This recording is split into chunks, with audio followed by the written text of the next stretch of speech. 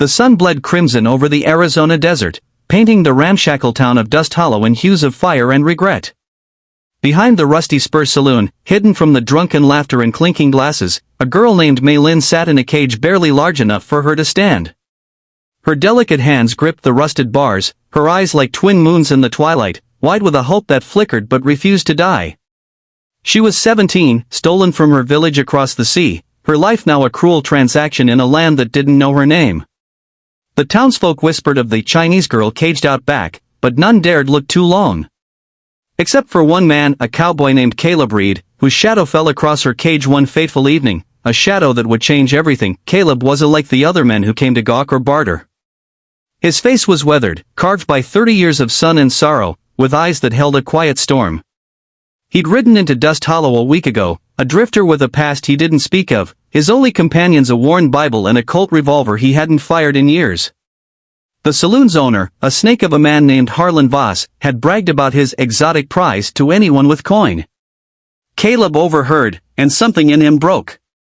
He'd seen too much cruelty in his life on the trails, in the war, in the mirror. That night, he counted out every dollar he'd earned driving cattle, plus the gold watch his father left him, and paid Harlan's price. The cage door creaked open, and Mei Lin stepped out, trembling, expecting the worst. But Caleb only tipped his hat and said, "You're free now, miss. Ain't no one gonna hurt you." He never touched her, not once. Mei Lin didn't understand at first. In her world, kindness came with chains. She spoke little English, her voice soft as a bamboo flute, but her eyes asked questions Caleb couldn't answer. Why had he paid? What did he want? He gave her his coat to cover her tattered dress and led her to the boarding house run by Widow Thompson, a gruff but kind-hearted woman who took one look at Mei Lin and clucked like a mother hen. "You're safe here, child," the widow said, though Mei Lin only caught the warmth in her tone. Caleb paid for a month's board and left, promising to check in. But Dust Hollow wasn't a place that let good deeds go unpunished. Harlan Voss was furious. Mei Lin was his prophet, his power, and Caleb had made him a laughingstock. He spread lies, claiming Caleb was a thief, a coward, a man who'd bought the girl for unspeakable reasons. The townsfolk, hungry for gossip, turned on Caleb. Men spat at his boots, women clutched their skirts as he passed. At the saloon, fists flew when a drunk miner called Mei Lin a name Caleb wouldn't repeat. He took the punches, gave a few back, and limped away with a busted lip and a heart heavy with doubt. Had he done right? Could he protect her in a town that saw her as less than human? Mei Lin, meanwhile, was fighting her own battles. The boarding house was a refuge, but the world outside was a maze of glares and whispers. Widow Thompson taught her English, word by painstaking word, and Mei Lin soaked it up like desert rain. She learned to sew, helping the widow mend clothes, her fingers nimble despite the scars from her cage. At night, she dreamed of her village, of her mother's jasmine-scented hair, her father's laughter over steaming rice. She wrote their names in the dust under her bed, afraid she'd forget. But she also watched Caleb from afar, the man who'd given her freedom but asked for nothing. She saw the bruises he wore, the way he sat alone at the edge of town, staring at the stars. She wanted to thank him, to understand him, but fear kept her silent. Weeks passed, and tension simmered. Harlan wasn't done. He hired a pair of outlaws, the Grayson brothers, to deal with the cowboy. One moonless night, they ambushed Caleb on the trail outside town. He fought hard, his fists and wits against their knives, but they left him bloodied in the dirt, his Bible torn beside him. Mei Lin heard the news from Widow Thompson and felt a pang she couldn't name. She slipped out at dawn, finding Caleb at the docks, his arm in a sling, his face pale but defiant. For the first time, she spoke to him. "Why you help me?" she asked, her English halting but clear. Caleb looked at her, surprised, then said, "'Cause it's what's right.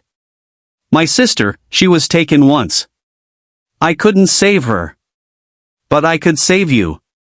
Those words cracked something open in Mei Lin. She told him her story, how she'd been promised a job in America, only to be sold like cattle. She spoke of her family, her fear, her gratitude. Caleb listened, his heart aching for the girl who'd endured so much. From that day, a quiet bond grew. Mei Lin taught Caleb a few words in Chinese. He showed her how to whistle like a meadowlark. They were careful, mindful of the town's eyes, but their friendship became a light in the darkness. Harlan's next move was crueler. He bribed the sheriff to declare Mei Lin a vagrant with no rights, claiming she owed him debts. The sheriff, a man with a badge but no spine, came for her at the boarding house. Widow Thompson barred the door, shouting scripture and threats, but it was Caleb who stopped them. He stood in the street, unarmed, his voice steady. "You want her, you go through me." The townsfolk gathered, watching. Some jeered, but others, moved by Caleb's stand, by Mei Lin's quiet dignity, stepped forward. A shopkeeper, a preacher, even a saloon girl named Rosie who'd once been caged herself. They formed a wall around Mei Lin, and the sheriff backed down, muttering about a trouble not worth having. But Harlan wouldn't quit. He set fire to the boarding house one night, smoke curling like a demon's grin. Caleb and Mei Lin helped Widow Thompson escape, coughing through the flames. The town rallied, passing buckets to douse the blaze, but the house was lost. Mei Lin stood in the ashes, clutching the widow's hand, feeling the weight of her freedom's cost. Caleb, his face smudged with soot, made a decision. He sold his horse, his last possession, and gave the money to Widow Thompson to rebuild. Then he faced Harlan in the saloon, not with a gun but with truth. He told the crowd of Harlan's crimes, his trafficking, his lies. Rosie backed him up, then others, their voices rising like a storm. Harlan tried to draw, but the crowd surged, dragging him to the sheriff's jail. Dust Hollow changed after that. Mei Lin stayed, working as a seamstress, her laughter slowly returning. Caleb took a job at the livery, his past no longer a chain. They never spoke of love, their bond was deeper, forged in fire and trust. Mei Lin wrote a letter to her family, hoping it would reach them, and Caleb prayed over his Bible again, finding peace in its pages. Years later, a traveler passing through Dust Hollow would hear the tale of the cowboy and the girl he freed. They'd point to Mei Lin's shop, where she taught children to read, and to Caleb, graying now, whittling on the porch. The story wasn't just theirs, it was the town's, a reminder that one act of courage can ripple forever. And as the sun sets over the desert, you, the listener, might feel it too, a call to stand for what's right, to see the caged and set them free, to believe that even in the darkest places, hope can shine like a star. This story, born from pain and redemption, leaves you with a choice. What will you do when you see a cage? Will you walk away, or will you pay the price to open it?